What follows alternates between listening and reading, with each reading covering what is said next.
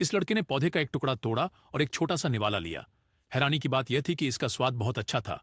फिर उसने जमीन पर कुछ घास का स्वाद लिया और अंदाज लगाओ क्या हुआ, वह भी स्वादिष्ट थी। पूरा जंगल एक बड़े भोज जैसा लग रहा था। जिज्ञासावश लड़का द्वीप के अंदर गया।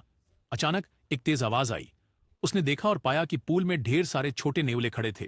उन्होंने भी उसे देखा, लेकिन हमला करने की बजाय बस घूरते रहे। लड़के ने उन पर ज्यादा ध्यान नहीं दिया। वह एक अच्छा सा स्नान करने के लिए तैयार था। उन छोटे लड़कों को भगाने के बाद उसने बिना झिझक पानी में छलांग लगा दी। आखिरकार आराम करके बहुत अच्छा महसूस हुआ और वह खुशी खुशी तैरने लगा।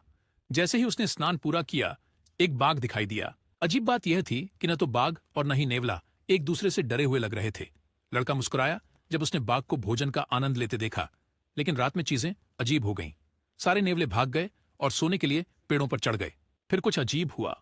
तालाब बहुत तेज चमकने लगा और मरी हुई मछलियां ऊपर तैरने लगीं। उनके शरीर ऐसे लग रहे थे जैसे उन्हें किसी ने खा लिया हो। बाघ दूर ही रहा। शायद वह उस द्वीप पर जो कुछ भी था उससे डर कर। लड़का भी डर गया था। जिज्ञासा से उसने एक अजीब फूल तोड़ा और उसे खोल दिया।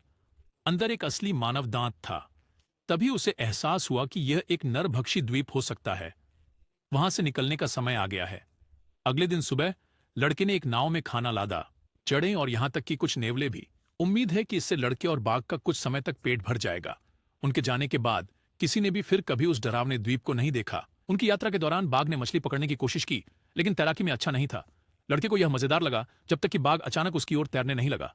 वह जल्दी से नाव पर लौट आया। अच्छा हुआ कि वह ऐसा कर पाया। उन्होंने मछली पकड़ने के जाल के साथ भी मजा किया। लड़के ने उसमें कुछ खाना डाला और जल्द ही उन्होंने एक बड़ी मछली पकड़ ली। यह इतनी बड़ी थी कि उसे मारने के लिए पत्थर का हथौड़ा इस्तेमाल करना पड़ा। उसे बुरा लगा, लेकिन उसे पता था कि यह जीवित रहने के लिए आवश्यक था। बाद में जब उड़ने वाली मछलियां प्रवासित हुईं, तो उन्हें और भी खाना मिला, इतनी कि लड़के को खुद को ढकना पड़ा।